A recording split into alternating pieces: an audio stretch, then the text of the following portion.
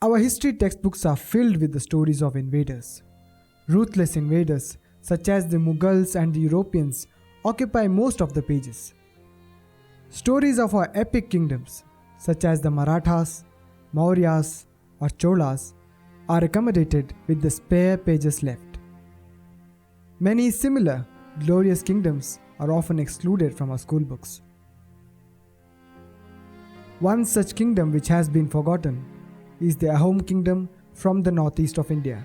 This empire defeated the Mughals 17 times and are responsible for preserving and protecting the northeast culture for 600 years. In this video, we will learn about the Ahom kingdom, their origins, way of rule, and the decisive battle of Saraighat. This is the battle which gave India one of its finest generals, Lachit Borphukan. So let's begin the episode. I am Abhishek and this is the Curious Ape. Ahoms are people originally from Thai-Burmese region who traversed the borders and came to present-day Assam around 1228 AD. Ahom kingdom was founded by King SUKHAPHA and they settled around the Brahmaputra valley. The Ahoms were an open cultured people who were on friendly terms with the neighbors.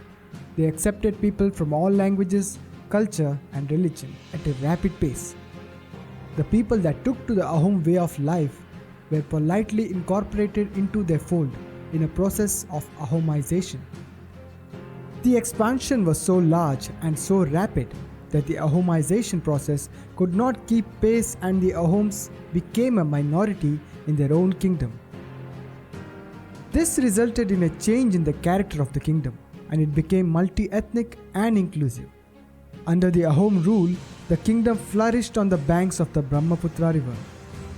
One of the main reasons for the prosperity of the Ahom kingdom is their administrative structure. On the contrary to someone like Alexander in the west, where the king had unlimited power, the Ahoms had 5 ministers under the king. The job of these 5 ministers was to keep the king in check and to ensure that the king does his job well. The ministers even had the power to remove the king if he was deemed unfit. The Mughals under Aurangzeb was expanding at a rapid rate. Their main goal was to secure the fertile lands of Brahmaputra valley and to find new trade routes to the East Asian regions. The Mughals with their vast armies stood intimidating looking at the Ahoms. From 1615 to 1682, the Mughals attacked the Ahoms many times and finally succeeded in the year 1667. This was a shameful defeat to the Ahoms, who lost their capital city Guwahati, had to pay a hefty fine, and 2 of Ahom's princesses were taken away by the Mughals. This brings us to one of, if not the greatest army general of India, Lachit Borphukan and the Battle of Saraighat. Borphukan was actually a title which meant Commander-in-Chief. After the loss in 1667, Lachit was appointed as the Borphukan and was immediately tasked in retaking Guwahati. After raising a strong tactical army, the Ahoms retook the weakly guarded Guwahati from the Mughals. Instead of celebrating, Lachit prepared for counter-attack, and the Ahoms also took over surrounding places of Guwahati as well, namely Babari, Kopali River, Umananda and Bharata. This was a master stroke by Lachit Borphukan, as the war was just beginning. Lachit knew that the angry Mughals would attack the Ahoms to take back Guwahati. He also knew that meeting the huge Mughal army on an open field would be suicidal. By capturing the aforementioned places, Lachit forced the Mughals to have a naval battle, cause he knew that the navy was the Mughals' weakest link.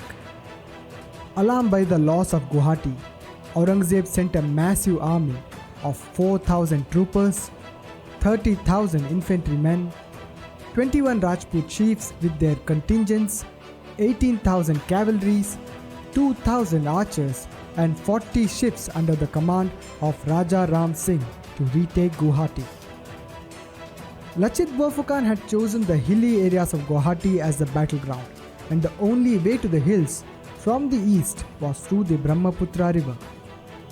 It was at Saraighat where the Brahmaputra was at its narrowest point, just a width of 1 kilometer, ideal for naval defense. While the Mughal army was the strongest on land, especially in open plains, their weakest point was their navy. Lachit set up a series of mud embankments in Guwahati and ensured that the Mughals would be forced to take the river route to the city. What followed was one of the bloodiest naval battles in history, and both the sides suffered heavy losses. The Ahoms, being a smaller number, were beginning to lose ground, and to make matters worse, Lachit Borphukan fell ill. As the Mughals were gaining ground at a rapid pace, Lachit Borphukan stood up to be counted. Disregarding his illness, he sent orders for all the land and naval forces to attack. Ordered 7 war boats for himself. He said to his retreating army, "If you want to flee, flee. The king has given me a task here, and I will do it well. Let the Mughals take me away. You report to the king that his general fought well, following his orders."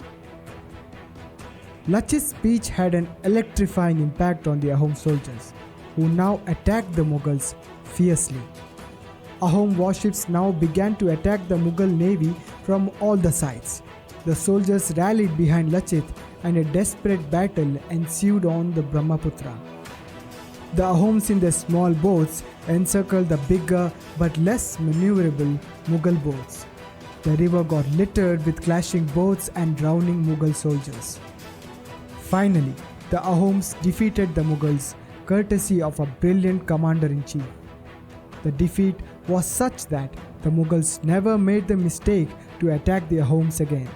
On 24th November each year, Lachit Divas is celebrated statewide in Assam to commemorate the heroism of Lachit Borphukan and the victory of the Assamese army at the Battle of Saraighat.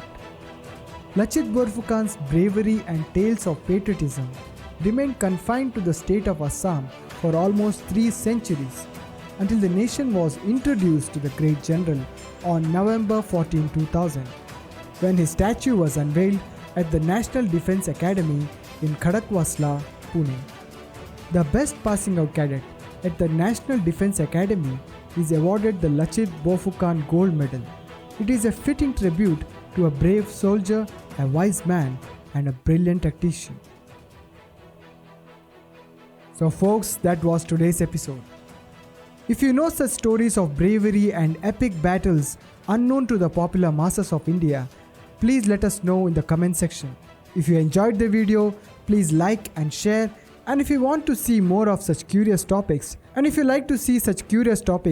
please consider to subscribe and press the bell notification of our channel. Let's meet on the next episode. Till then, bye.